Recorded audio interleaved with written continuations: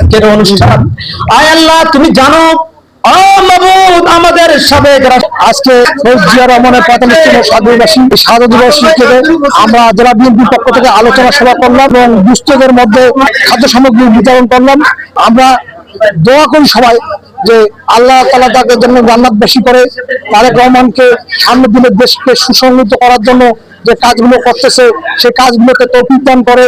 ইনশাআল্লাহ আমাদের এই দেশ সোনার বাংলা হবে, এই আশা আজকের এই দিন। স্বাধীনতা সংগ্রামে অকুণ্ঠ ভয় সৈনিক হিসাবে বাংলাদেশের স্বাধীনতা ঘোষণার মাধ্যমে নেতৃত্ব দিয়েছে শহীদ প্রেসিডেন্ট জিয়াউর রহমান। একটি সৈনিক, একটি মেজর যখন সেনাবাহিনীর ক্যান্টনমেন্ট থেকে বের হয়ে যখন স্বাধীনতা সংগ্রামের জন্য ডাক দিয়েছেন, কালুরঘাট বেতার কেন্দ্রে যেভাবে ডাক দিয়ে যেভাবে আন্দোলনে ঝাঁপিয়ে পড়ার জন্য আহ্বান জানিয়েছিলেন, ঠিক সাধারণ মানুষ, মুক্তিযুদ্ধের সকল পর্যায়ের সাধারণ মানুষ ঝাঁপিয়ে পড়েছিল পাকিস্তানি হানাদার বাহিনীর বিরুদ্ধে সংগ্রাম করার জন্য।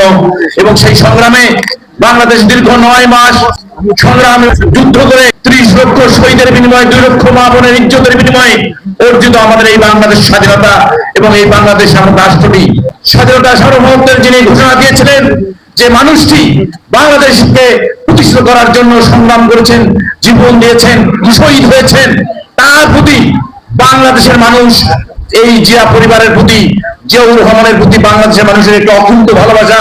মহান আল্লাহ তাআলার অশেষ রহমতে জিয়া পরিবারের যত আঘাত এসেছে, যত জুলুম হয়েছে, যত নির্যাতিত হয়েছে, বাংলাদেশের মানুষ জিয়া পরিবারের পাশে ছিল এবং আছে।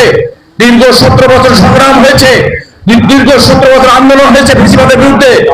এই সংগ্রামে শহীদ প্রেসিডেন্ট জিয়াউর রহমানের উত্তরসূরি বেগম খালেদা জিয়ার নেতৃত্বে এই জিয়া পরিবার বাংলাদেশ জাতীয় দলের প্রতিষ্ঠাকালীন থেকে বাংলাদেশ জাতীয় দলকে জিয়াউর রহমান সাধকের পর থেকে আমাদের এই দলকে সাধারণ মানুষের সাথে কাজ করে একটি গণতান্ত্রিক রাষ্ট্র বিনির্মাণের জন্য শহীদ প্রেসিডেন্টের উত্তরসূরি হিসেবে বেগম খালেদা জিয়া আমাদের সারা বাংলাদেশের মানুষকে একত্রীভূত করে বাংলাদেশের মানুষকে দেখিয়ে দিয়েছে গণতান্ত্রিক পথ ছাড়া বাংলাদেশ এগিয়ে যেতে পারে না।